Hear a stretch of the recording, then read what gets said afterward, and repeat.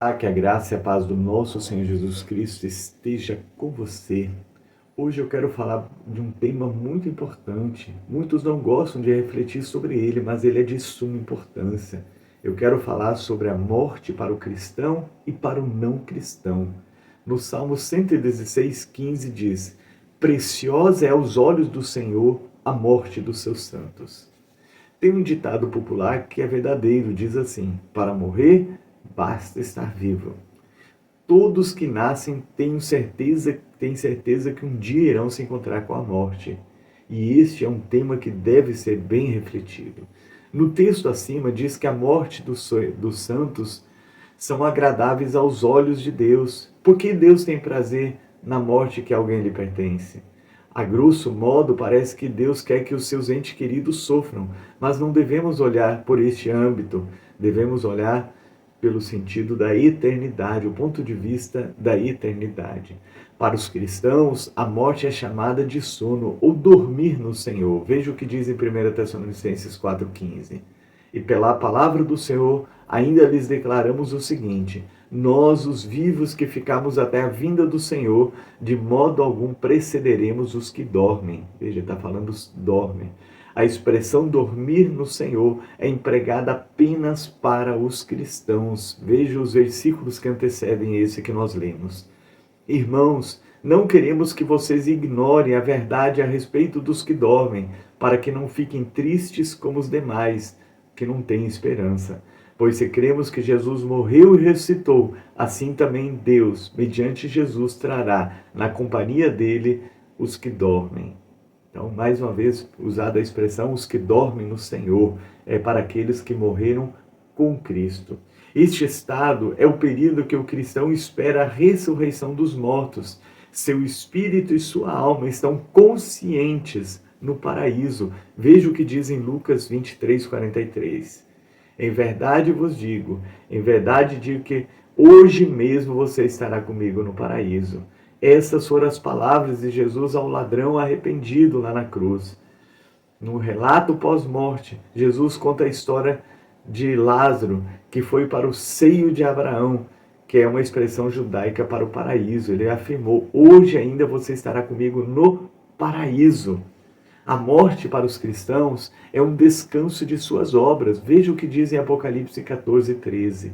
Então ouvi uma voz do céu dizendo: escreva, bem-aventurados os mortos que de agora em diante morrem no Senhor. Sim, diz o Espírito, para que descansem de suas obras, pois suas obras os acompanham.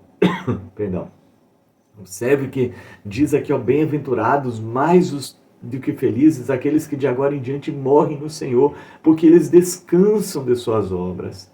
Observe que estamos falando somente da morte dos cristãos, razão pela qual diz que Deus tem prazer na morte dos seus, para que eles descansem de suas obras e não sofram mais. Agora veremos o contraste do cristão para aquele que não se converteu.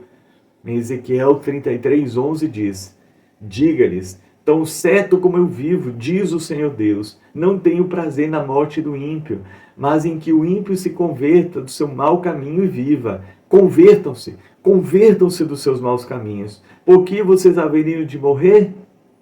Enquanto que para o convertido Deus tem prazer, para aquele que não se arrependeu, Deus não tem prazer na morte. Por quê? Porque para aquele que morreu no Senhor, que descansa das suas obras, como eu falei, descanso, é o paraíso eterno. Para aquele que não se converteu, é o sofrimento eterno.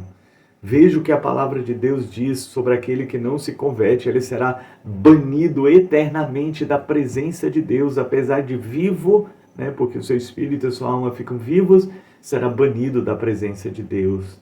Em Mateus 25:41. Então o rei dirá também aos que estiverem à sua esquerda: afastem-se de mim, malditos, para o fogo eterno preparado para o diabo e seus anjos. Aqueles que não se convertem vão para o lugar chamado fogo eterno, que Deus preparou primeiramente para o diabo e seus demônios, mas também aqueles que não se convertem. Infelizmente, milhões de pessoas não se convertem ao Senhor e estão indo para o fogo eterno. Observe o relato pós-morte que Jesus citou agora há pouco de Lázaro, está falando do homem rico, não é pela sua posição social, é porque ele não se arrependeu. Morreu também o rico e foi sepultado no inferno, estando em tormentos. Veja só, ele estava no inferno, em tormentos e consciente. O rico levantou os olhos e viu Abraão e Lázaro junto dele. Lá não haverá mais tempo de arrependimento, a pessoa estará consciente das oportunidades que perdeu enquanto vivo.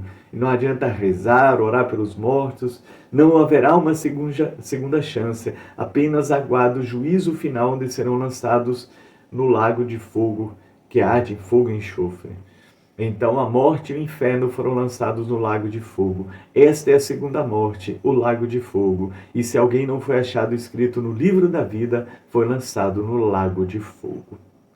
Para concluir, ao pensar sobre a morte, não podemos ficar presos em superstições do tipo bate na madeira, isola, ou coisa semelhante. Refletir sobre esse tema é de suma importância para se preparar para o dia que ela chegar. E se você está ouvindo este devocional e ainda não se arrependeu, hoje é o dia. Veja o que a palavra de Deus diz em 2 Coríntios 6:2. No tempo aceitável escutei você, e no dia da salvação eu o socorri. Eis agora o tempo oportuno. Eis agora o dia da salvação. Hoje é o dia do arrependimento. Reflita, você está preparado para morrer? Se você se converteu, você está preparado, não precisa temer. Mas se não está preparado, hoje é o dia do arrependimento. Reflita.